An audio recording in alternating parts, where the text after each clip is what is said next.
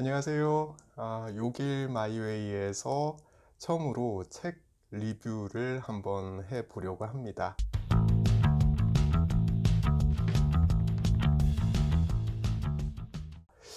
제가 첫 번째 소개해드릴 책으로 고른 건 여러분 너무 잘 아는 작가예요. 베르나르 베르베르의 장편소설 죽음입니다. 2019년 5월 달에 나온 책인데요.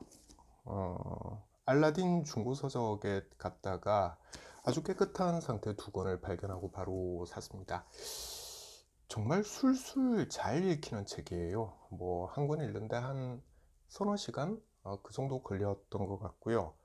특히 2권의 경우엔 침대에 누운 상태로 읽기 시작해서 다 읽고 나서 침대에서 일어났습니다.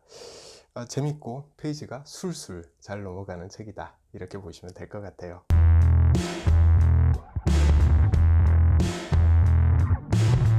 이 책을 고른 이유는요, 저는 원래부터 좀 죽음이라는 것에 관심이 많은 편이에요.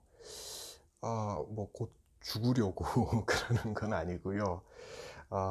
왜 다들 집에서 제사 지내는 사람들의 경우에는 저랑 비슷한 생각 해 보셨을 것 같은데, 설이나 추석 때 또 뭐 할아버지 할머니 돌아가신 날 제사 지낼 때 이런 생각 하잖아요. 제사 정말 지내야 되나? 조상님이 이 제사밥을 정말 와서 드실까? 이런 생각을 하고 나서부터 사후 세계에 대해서 관심을 가지게 됐던 것 같아요. 그래서 이 책 저 책 많이 봤는데 아직까지 뭐 못 본 책이 더 많습니다. 예를 들자면 티베트 사자에서, 이집트 사자에서, 이런 책은 정말 손이 잘 안 가요. 그렇죠? 그런데 베르베르 같은 경우는요, 뭐 다 아시는 것처럼 워낙에 자료 조사를 열심히 해서 책을 쓰는 작가죠. 개미만 봐도 알 수가 있습니다. 개미의 특성을 모두 다 연구를 해서 그 내용들을 자신의 소설에다가 잘 녹여내잖아요. 그래서 좀 기대한 바가 있습니다. 이 사람이 쓴 죽음에 대한 책이라면 죽음에 대한 전반적인 내용을 전부 다 스터디를 해서 그 내용들을 책 속에 잘 녹여내지 않았을까? 이 책만 보면 죽음에 대해서 웬만한 것들은 다 알게 되지 않을까? 이런 믿음이 있었기 때문에 저는 이 책을 선택했습니다.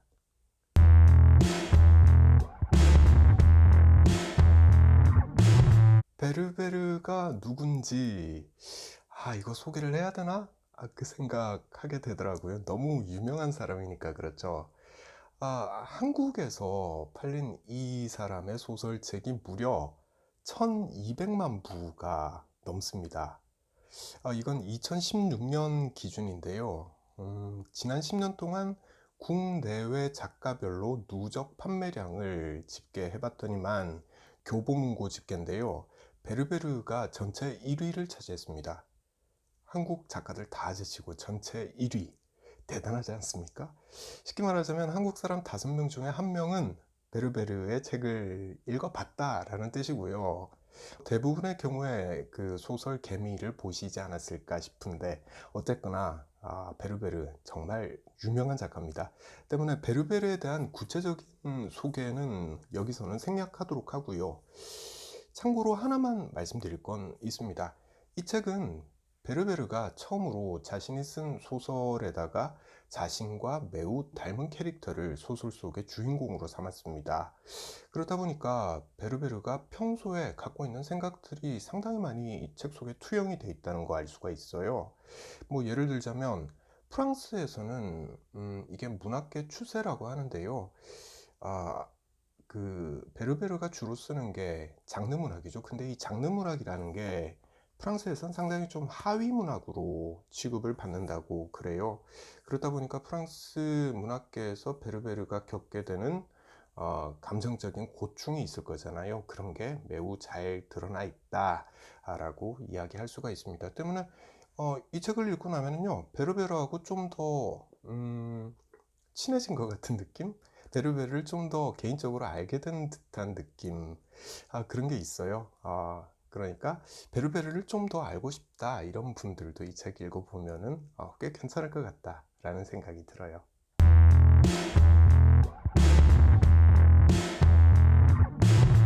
이 소설은 이런 문장으로 시작을 합니다. 누가 날 죽였지? 전 이 문장 보고 정말 소름 같은 걸 느꼈어요.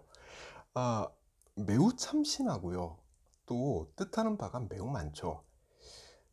이 말을 하는 사람은 이미 죽었다는 뜻이 내포가 돼 있죠. 주인공은 죽은 자다라는 거고요. 우리말로 귀신이라는 거죠.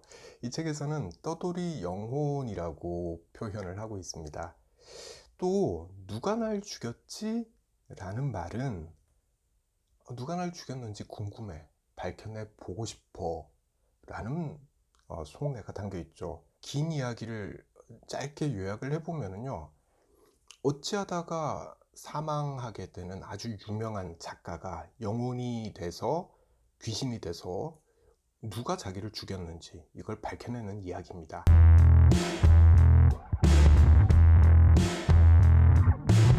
이 책에서 떠돌이 영혼이라고 묘사하고 있는 이 죽고 나서의 사후세계 상태를 살고 있는 이 영혼의 특성에 대해서 한번 살펴보려고 하는데요.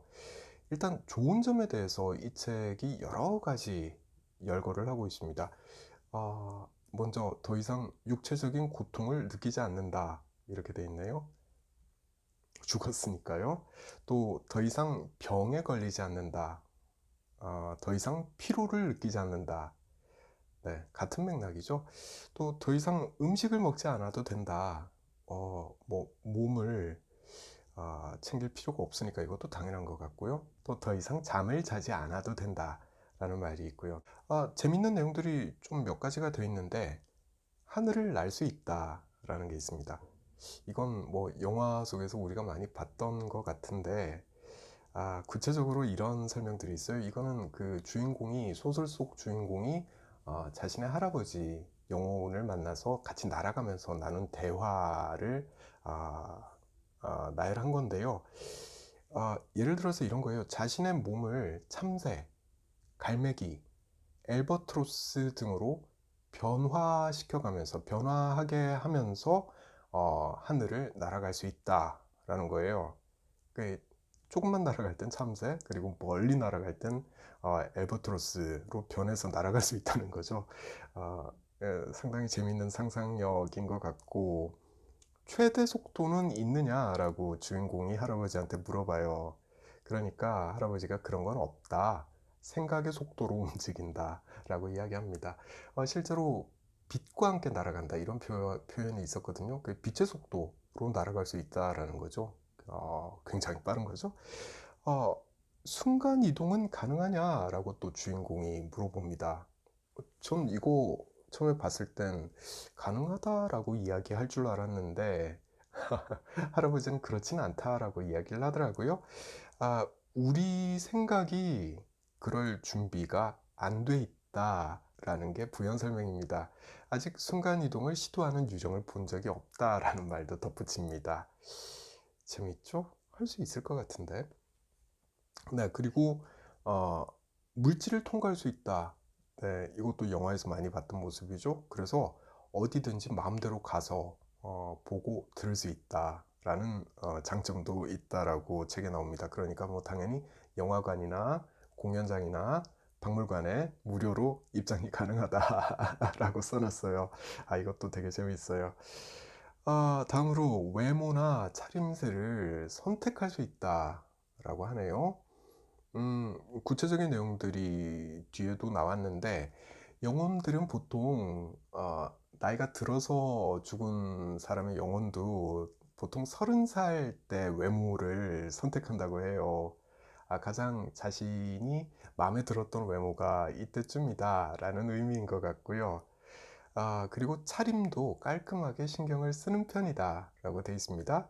그런데 이렇게 못하고 다니는 영혼도 있다라고 하고요. 예를 들어서 알츠하이머를 앓았던 사람들, 네, 이 병을 앓다가 죽은 사람들은 이 기억을 회복하는데 몇 달씩 걸리기도 한다라고 되어 있습니다. 심지어는 얼굴이 없는 심령체도 있다라고 되어 있더라고요. 이들의 얼굴은 바람이 들어간 풍선처럼 매끈하다. 자신의 얼굴 형태를 기억하지 못하기 때문이다 라고 되어 있습니다. 이건 참 안타깝죠? 네, 이번엔 영혼의 특성, 나쁜 점을 좀 살펴볼 텐데요. 더 이상 촉감이 없다. 더 이상 맛을 느낄 수 없다. 더 이상 냄새를 맡을 수 없다. 그러니까 오감을 인간이 가지고 있는데 이 중에 세 가지를 못하는 거죠. 근데 두 가지는 할 수 있다고 돼 있네요. 사람이 죽으면 시각과 청각은 남아있는 걸로 이해를 하면 될 것 같아요. 특히 시각은 더 발달한다고 합니다. 오라를 눈으로 보고 존재의 기운을 느낄 수 있는 능력이 더 발달하게 된다라는 내용이 있었어요. 좀 더 살펴보면 더 이상 잠을 자지 않아도 되죠. 그래서 꿈도 꾸지 않는다 라고 하고요. 더 이상 산자들의 눈에 보이지 않는다. 네. 또 더 이상 물질과의 접촉이 가능하지 않다. 이건 좀 아쉬울 것 같아요. 그래서 의자에 앉거나 침대에 눕거나 이런 거 못 한다는 거죠. 또 그 감촉이 없으니까 상당히 어색할 것 같다라는 생각이 드네요. 다음으로 더 이상 성행위를 할 수 없다라는 이야기도 있어요. 뭐 당연한 이야기겠죠? 이번엔 사후세계 구조에 대해서 한번 살펴볼게요. 책 속에는 아스트랄이라는 용어를 사용합니다. 이 아스트랄은 영적인 세계라는 뜻이죠. 하위, 중위, 상위 아스트랄이 존재합니다. 하위 아스트랄의 경우에는 여기에 그 영혼들이 머물러요. 지상이라고 표현을 하고 있고요. 상위 아스트랄은 천국과 연옥이 여기에 있습니다. 그리고 중위 아스트랄은 중개자들이 있어요. 물론 영혼이 중개자 역할을 하는 거죠. 상위, 중위, 하위 이렇게 세 단계로 나뉘어져 있다라는 거고, 특히 이 상위 아스트랄에 대해서 설명을 좀 더 드릴 필요가 있는데요. 책에서는 상부라고 표현을 하고 있습니다. 두 개가 있는데 아까 천국과 연옥이 있다고 말씀드렸잖아요. 먼저 천국부터 설명을 드리면 환생을 위해서 올라가는 영혼들을 관리하는 조직이라고 되어 있습니다. 이게 천국인 거죠. 은하의 중심에 위치해 있어요. 또 천국은 7개 천계로 구성이 되고요. 영혼은 다양한 시련을 겪으면서 그곳들을 통과하는 과정에서 삶의 의미를 깨닫게 된다라고 설명이 되어 있는데, 이건 그 영화 이름 뭐죠? 신과 함께, 그런 영화에 잘 나타나죠. 그게 그대로 이 책에서도 반영이 되어 있는 것 같아요. 이 7단계를 거치고 나면 마지막 단계에서 영혼은 심판을 받게 되고요. 그 결과에 따라서 미래 부모와 출생지를 선택하게 됩니다. 이 책에서는 태아를 선택한다 라고 되어 있습니다. 두 번째, 연옥인데요. 지상에 머무르길 원하는 영혼들을 보살피는 조직이라고 되어 있습니다. 숫자까지 나와요. 현재 지구상에는 인간이 한 80억 명 정도가 살고 있고요. 아, 영호는 40억 위 정도가 살고 있는 걸로. 네, 40억 위 굉장히 많잖아요. 그래서 이들을 관리할 조직이 필요했던 거다라는 거고요. 그래서 눈에 띄지 않는 은밀한 장소를 찾다가 태양을 축으로 해서 지구의 정반대 쪽에 있는 작은 행성에다가 사무실을 설치했는데, 이게 연옥이라고 설명을 하고 있습니다. 표현들이 재밌죠. 사무실을 설치했는데 이게 연옥이었다는 거죠. 연옥 그러면 꼭 지옥 같잖아요. 근데 이 연옥은 속죄하는 곳은 아니에요.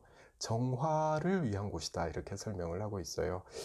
그들이 산자들 사이에 영원히 머물지 않고 환생해서 진화하도록 만드는 게 이 영옥의 역할이라고 그렇게 표현이 되고 있습니다.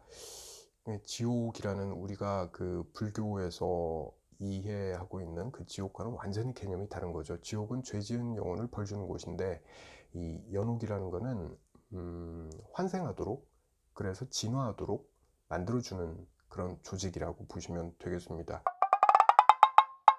이번에 다뤄볼 건 환생의 원칙인데요. 아, 특이합니다.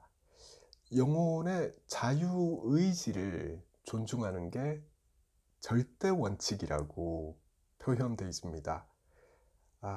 절대로 그의 의사에 반해서 환생하라고 강요해선 안 된다. 이게 원칙입니다. 다시 말하면 내가 영혼인데 난 그냥 환생하고 싶지 않아. 그냥 영혼으로 살고 싶어. 라고 생각을 하면 그냥 놔두는 거예요. 그냥 계속 영혼으로 살 수 있도록. 재밌죠? 그래서 영혼이 점점 많아지고 있다라는 설정을 하고 있고요. 말씀드린 대로 영혼이 한 40억 위 정도가 된다는 거잖아요. 그러면 왜 영혼들은 자신의 그 환생을 선택하지 않으려는 걸까라는 거에 대해서도 재밌는 논리를 펴고 있습니다. 읽어볼게요.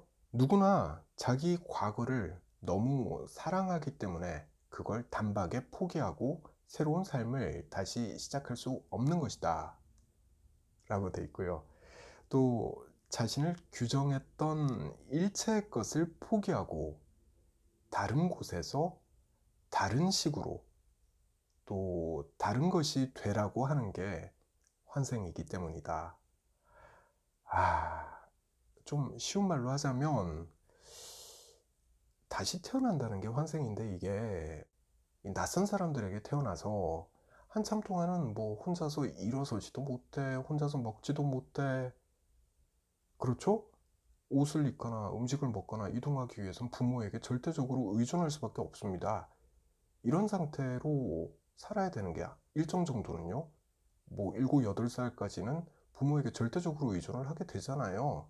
그게 환생인데 이게 싫다는 거죠. 영혼의 입장에서 봤을 때.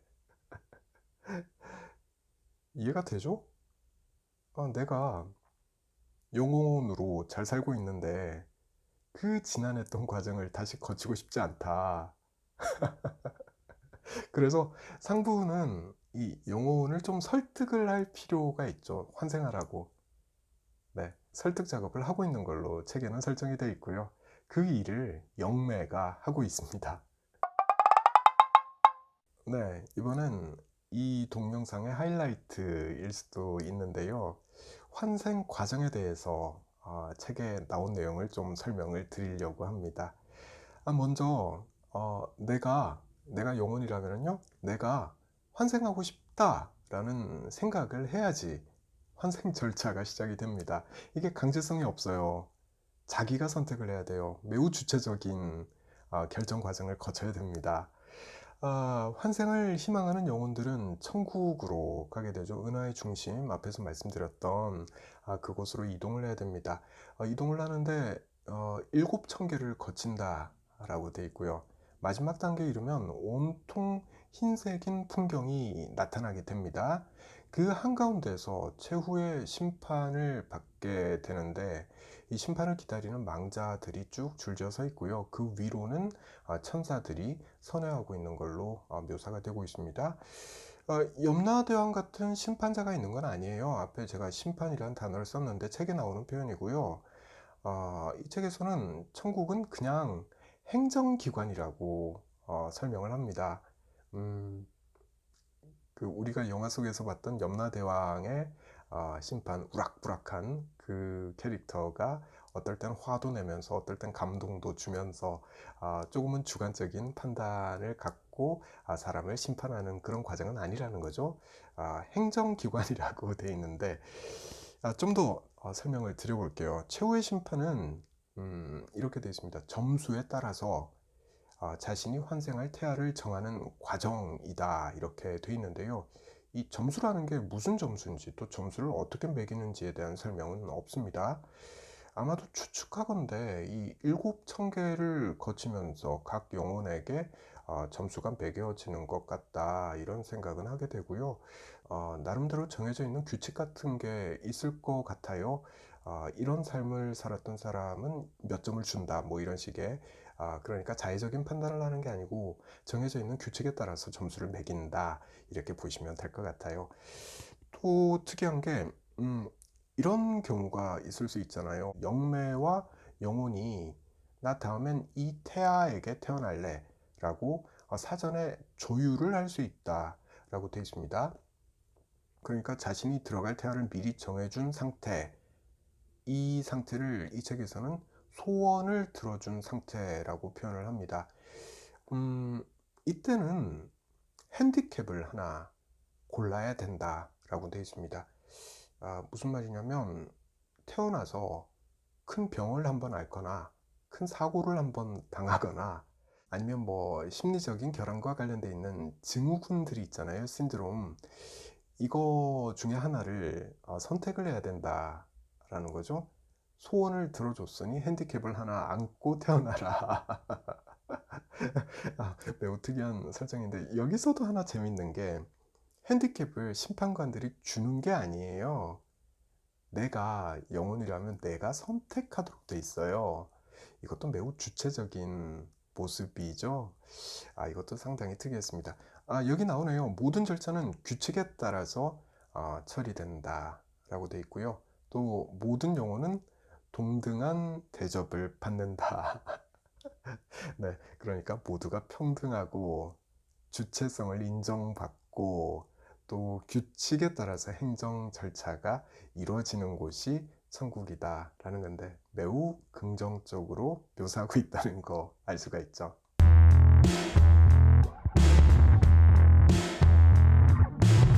마치 이 책이 죽음 예찬론을 펼치고 있는 것 같은데 그건 절대 아닙니다. 절대 아닙니다. 이 책은요, 삶과 죽음을 흑백 논리로 바라보고 쓴 책이 아니에요.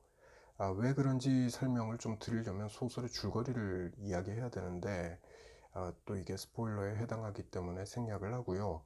다만 이렇게는 설명을 드릴 수 있을 것 같아요. 이 소설의 첫 문장은 나는 왜 죽었지? 이걸로 시작한다고 말씀드렸잖아요. 그런데 이 소설의 마지막 문장, 2권의 마지막 문장은 나는 왜 태어났지? 이렇게 되어 있습니다. 매우 큰 차이죠. 정말 큰 차이죠. 나의 죽음 이후에 영혼의 삶이 시작되는 걸로 나오잖아요. 그리고 언제든지 내가 원할 때 환생할 수 있는 거잖아요. 그렇게 해서 또 다른 삶을 이어갈 수가 있는 걸로 소설 속에는 설정이 되어 있습니다. 이건 내 삶이 계속 이어진다는 뜻이죠. 그래서 근본적인 질문은 내가 왜 죽었지가 아니고 내가 왜 태어났지 이게 돼야 된다는 거죠. 왜냐면 내가 왜 죽었지? 이건 이어지는 삶에서 한 단계가 끝난 그 이유를 묻는 것이고요. 내가 왜 태어났지? 이거는 이어지는 내 삶에 내가 던져진 이유를 묻는 거잖아요. 내가 왜 이 영속되는 삶을 시작했을까? 이게 더 큰, 더 심오한 질문인 거죠. 이 책은 죽음이 아니라 탄생과 삶의 소중함에 대해서 다루고 있는 책이다 라고 봐야 된다라는 게 그 이유고요.